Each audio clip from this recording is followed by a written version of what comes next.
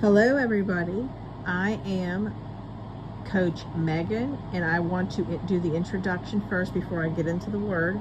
I am a restoration life coach and the Lord wants me to help his people. I specialize in many things that he has helped me and I have been through. I have gone through 8 deaths in 1 year, so tons of grief, okay, and loss. I have gone through, prodigals of many kinds, whether it's a prodigal spouse, prodigal family members, friends. I understand the prodigal mindset a lot, and I understand the journey of a prodigal, and I myself was a prodigal. I also specialize in financial breakthrough, in, financial loss, waiting on your finances to be restored, waiting for your health to be restored, waiting on the promises of God. Kingdom marriage, like I said, is the same thing as marriage restoration, same thing. And all these things work together. I also specialize in addiction of many kinds. Addiction can come in lust, it can come in drugs, it can come in alcohol, like any type of substance, sexual immorality, which would be pornography, any of that stuff. So if you would like to book a one-on-one session, you can email me at deadmarriagesredeemed@gmail.com. My prices are very affordable. I would love to work with you, so you can head on over and email me. Also, come on over and join the Facebook group, Dead Marriages Redeemed. We would love to have you, okay? Come on over. And we have a wonderful support group, basically, and everybody on there, I have to say this again, I'm sorry guys, I got distracted. I was getting a text from one of my clients. But anyway, so I want to just tell each and every one of you how much, again, I love you guys and I appreciate you guys, because this is what this is meant to be. It's meant to be community. It's meant to be a family. And my mind is blown because I cannot believe we had almost 100 new people, guys, in 36 hours. How does that happen? The Lord is sending people our way. We're going to be a family. This is not this is just a support group to get our marriages fixed. This is community. And one of these days, we're going to do a meet and greet. I promise you guys.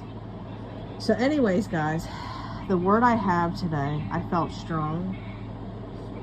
I did the video earlier on the finances. Okay, that's number one. If you want more insight, watch the live that I posted today. And I get into what the spirit of mammon is. And there's going to be more insights. And I'm going to read from the scriptures. So go over to the live and watch that after the financial video. And there's more details. Okay. And also, if you watch the live, I ate in the video, and to anybody that's like, oh my gosh, that's so unprofessional, that's not something typically I would have done. But one thing about me that's different than a lot of other people is I want to be relatable, and I'm not going to pretend to be something I'm not. So something that is different from me is I come as I am, and I love each and every single one of you. And I just wanted to let you guys know that basically that's something I never would have done in the past, but now it does not bother me at all, because that's the type of people we're supposed to be.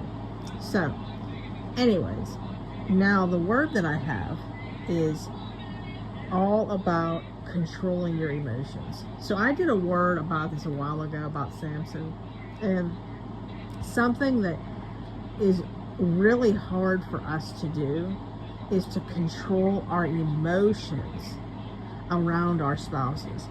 So I know something that I struggled with immensely was when my husband would come pick my son up. It would be so hard, and to anybody that knows all that I had been through as well, like with all the deaths and combined with him leaving, my brother ending up in a bad situation with addiction. But I don't speak that over him anymore. He is an overcomer in Jesus' name. But when he would come over to pick my son up, I would be in my feelings. And I would be all thinking, oh my gosh, like I just want to cry. I just want to kiss him. I just want to hug him. I just wish he would love me, you know, all this different stuff. So my mind, the enemy's thrown emotions, you know, like, and basically thoughts in my head. Well, I should say he's thrown thoughts in my mind that are creating emotions. And then the Lord, the fruit, one of the fruits of the Spirit is self-control. So it was so hard for me to be the way I was supposed to be around him. It was very hard. And I knew that I needed to be, but it was very hard. So I want you guys all to remember, first off, that one of the fruits of the Spirit is self-control. Okay? That means to control yourself. Okay? So sometimes you're going to have emotions that are pressing you forward very strong, but that doesn't mean you act on them. That's self-control. It's discipline. Okay?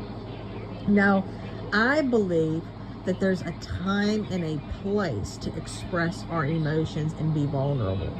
Now, if you're interested in learning more about that, you can sign up for a session, and I go over all the techniques of vulnerability and transparency when you're communicating with your spouse, and the discernment of when to do this and when not to do this. But I believe that there is a time and a place to be vulnerable and express your emotions. But we do it way too much, guys. We do it way too much. Okay, for instance, Samson didn't have to have his situation end the way that it did. One of the reasons why he ended up in the disaster he ended up in is he acted on his emotions too much. And we're all guilty of this. If we were in his day, we would have been like the kid, like I'm telling you, we would have suffered way, way worse than him. But he was led by his emotions. I mean, let's get into just right off the bat, you know, with him going out and killing all those people after they killed his wife. Now, I get it, okay? I completely get it. You know, he had vengeance, but he went after it with his emotions and vengeance. Or he goes and ties up all the foxtails and burns down all the crops nobody ended up eating. You know, Delilah, he gave into the temptation and ended up telling her the secret he should have never told, you know, after her being persistent. And he couldn't say no to her. And she, you know, it's the same thing as our spouses, you know, when they're dealing with this, like with the lust of Jezebel and stuff like that. And, you know, when they're dealing with that lustful spirit, they'll give into the spirit of Delilah, the spirit of Jezebel. And this goes for men too. I mean, men can have the spirit of Jezebel and the spirit of Delilah on them. So my point is, self-control is so important. Or let's take Moses. Moses wasn't, and this is not to say Samson wasn't a great man. He ended up getting victory in the end, but his destiny could have been different. It could have been different if he handled things a little bit different. These stories are to encourage us to be different. Okay, so now let's take Moses. You know, Moses, I mean, nobody will compare to any, you know, a thing he did. Okay, God glorifies him even at his death, but think about, like, I mean, obviously, I know I would have probably did the same thing, and the Old Testament days were different back then. But let's take how Moses, you know, was told to speak to the rock, not strike the rock. He goes and strikes the rock, calls the, you know, Israelites, you know, rebels and all that stuff. And, you know, he didn't practice self-control. He gave into his emotions. And look, his death proceeded afterwards. He didn't get to make it to the promised land. He disobeyed God. Okay, so for instance, if we don't control ourselves, that can fall into disobedience. And when it comes to our spouses, if we're at this emotional basket case and just keep showing up and crying and, oh, you know, like, and showing like that we're not happy when they're entering the door, you know, and when they're coming to get the kids or whatever the case is, let me ask you something, guys, and be real with me. Would you want to be around that? I remember when my husband was living in the house back in with the very beginning, before he had left. He was so miserable, and the way he looked sitting in the chair, he wasn't making any expressions on his face, just looked depressed and down. You know, it was the spirit of depression and all that was on him. And I remember when I used to look at him and I used to think to myself, you know, like, this life of mine is just terrible. Like, I used to think, because, like, something just didn't feel right anyway, like the spirit of depression and all that was in the room. And I remember thinking, I don't want to be around that. And I loved him. You know what I mean? Now, my point is, you're going to make your situation worse too. So we need to try to control ourselves, okay? Did you ever hear people say, fake it to make it? No, that doesn't mean me telling you to be fake. What it means, though, is practicing self-control and giving it to God. And your joy coming from the Lord. You know, it coming from Him and you showing that your joy is in the Lord. That is so contagious. So over time, the way that you're acting is going to rub off on your spouse. And then they're going to want what you have. But that's not a place that you can just get to overnight. This happens in time.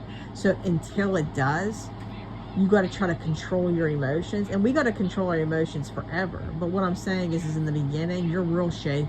You're real shaky. Do whatever you can do. When they come, you know, maybe sometimes the Lord, you know, like I said, wants you to cry in front of them. You know, it depends on the day. But overall, I wouldn't. Like, you know, because if we do it all the time, that's not practicing self-control at all. Now, I get it. Sometimes we have slip-ups. And all you can do is keep asking the Lord to help you do better. That's it. And sometimes it's good to cry in front of them if the Lord puts it on your heart to do so, because it could create a good moment. But I always tell people, we don't want two people to be vulnerable at once. That's a whole nother lesson. I get into that when we go over, like I said, communicating and everything with our spouses, with the vulnerability and stuff. But sometimes the Lord will put this on your heart and sometimes He doesn't. But overall, we want to be practicing that self-control. Now, I hope that this video helped, because I know this was something I struggled with a lot, was the self-control and controlling my emotions in front of my spouse. I just wanted to cry all the time. And we have to try to control ourselves, or maybe act out in anger because you felt betrayed. Keep giving it to God. Keep crying to God. Cry to me. You know, I have many clients that when we do sessions week to week, they cry for a good 10 minutes, and I want them to. I want them to get it out. Get it out. Anyways, guys, so we have to feel it to heal it. But we got to go to the right source, the godly counsel, and most importantly, our Abba, our Father, our El Shaddai, whatever you call it, our I Am. We have to be going to Him, you know, too. We don't need to be going to every person saying, my husband did this, my wife did this. We have to control ourselves. Anyways, guys, I hope that this video helped. If you could, please give it a nice like, a positive comment. I hope it helped. I love you all so much. You have a wonderful rest of your night. I am going to spend some time with the Lord myself now. And again, anybody that wants to post a question, I'll answer it in my next YouTube video. I got a lot of calls this week, and then we have the virtual group coaching, so I don't know if I'm going to be going live at all this week. Maybe, maybe not. I'm going to be preparing for the virtual group coaching as well. It's going to be on healing from rejection, because this is something we experience a lot in this journey, over and over and over. And again, healing is the number one thing that needs to take place in this journey before reconciliation. All right, guys, again, I love you all so much. If you want to book a call with me, email me at deadmarriagesredeemed@gmail.com. Also, come on over to our Facebook group, Dead Marriages Redeemed. Love you guys. Bye.